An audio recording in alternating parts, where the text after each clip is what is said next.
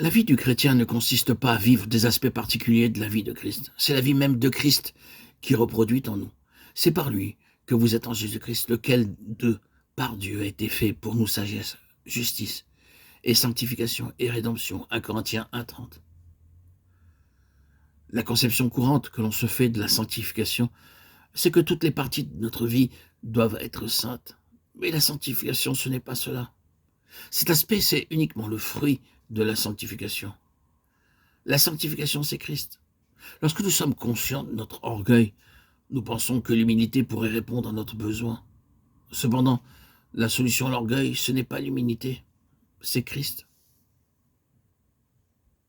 Il est la réponse à chaque besoin. Dieu ne vous accordera pas l'humilité, la patience ou l'amour comme des dons parcellaires de sa grâce. Il nous a donné Christ. Et c'est simplement vous confier en lui afin qu'il manifeste sa vie en vous. Il sera en vous humble, patient, aimable et tout ce dont vous aurez besoin. Dieu n'est pas un détaillant. Il n'accorde pas sa grâce par petites doses. Il nous donne son Fils pour être notre vie. Nous avons uniquement besoin d'être en Christ, car tout le reste se manifeste lorsque Christ devient nôtre. Il y a seulement une vie chrétienne, c'est la vie de Christ. Il ne m'a pas été demandé d'imiter cette vie, mais seulement de permettre à Christ de mettre en œuvre sa vie en moi. Je vis, mais non plus moi. Christ vit en moi. Galates 2:20. Comment alors passer d'Adam en Christ? Loué soit Dieu, béni soit son très saint nom. Gloire à Dieu, au Dieu très haut, car il ne nous a pas laissé l'initiative à ce sujet. Dieu nous a déjà mis en Christ, nous a déjà placés en Christ. Comme il est écrit dans 1 Corinthiens 1,30, c'est par lui que vous êtes en Jésus-Christ. Nous y sommes, frères et sœurs en Christ, et c'est pourquoi il n'est pas nécessaire de faire des efforts pour y parvenir. C'est un acte divin et c'est un fait accompli. Par exemple, si je place un chèque dans ma Bible, pour moi, ce chèque est dans cette Bible. Maintenant, supposons que j'expédie cette Bible à Shanghai par la poste. Le chèque pourrait-il être ici alors que la Bible serait ailleurs? Non, bien sûr. Bien entendu, là où ira la Bible, ce chèque ira aussi, car il est dans la Bible.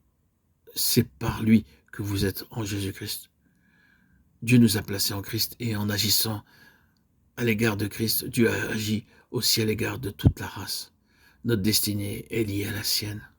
Ce par quoi il est passé, nous y sommes aussi passés. Ainsi donc, il a été crucifié. Qu'en est-il donc de nous? Devons-nous demander à Dieu de nous crucifier? Oh, jamais de la vie. Quand Christ fut crucifié, nous avons aussi été crucifiés. Sa crucifixion était déjà un fait accompli. La nôtre ne pourra donc pas se faire dans le futur. Vous ne trouvez aucun texte dans le Nouveau Testament montrant que la crucifixion s'accomplira dans le futur. Tous les versets qui parlent de notre crucifixion sont conjugués au présent. Alla aoriste, c'est le temps grec du passé éternel. Romains 6:6, Galates 2:25, 24, 6:14. Aucun homme n'a jamais pu mettre fin à ses jours en se crucifiant, car on ne peut se crucifier soi-même. Nous avons été crucifiés quand il a été crucifié, car Dieu nous a placés en lui. Avoir été crucifié en Christ, ce n'est pas une position doctrinale, c'est un fait éternel, et Dieu nous demande simplement de le reconnaître.